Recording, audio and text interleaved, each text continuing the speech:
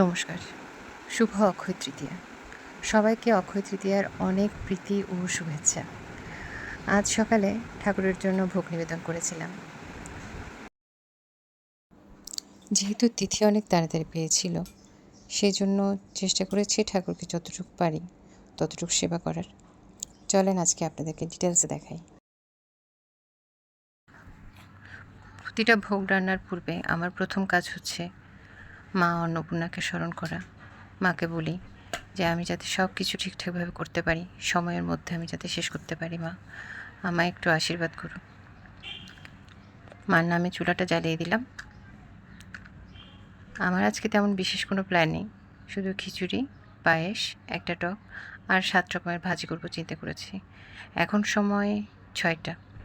এত দৌড়াদৌড়ি করছি যে আমার নিজের হাত পায়ে কাঁপছিল যে সব ঠিকঠাকভাবে করতে পারবো কি না, সময়ের মধ্যে হবে কি না।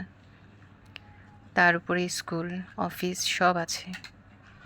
কোনটা আগে করব কোনটা পরে করব সেটাও বুঝতে পারছি না। শুধু ঈশ্বরকে বলছি ঠিক টাইমে যাতে সব কিছু শেষ করতে পারি, সেভাবে আমায় একটু শক্তি দাও।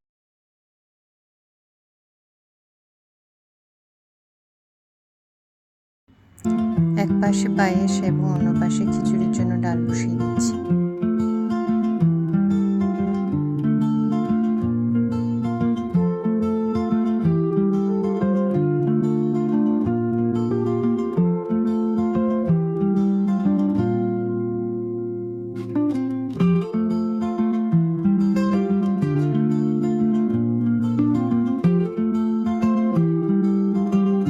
ডালটা সিদ্ধ হয়ে গেছে এবং চাল আর সবজিটা আমি একটু হালকা করে ভেজে নিলাম।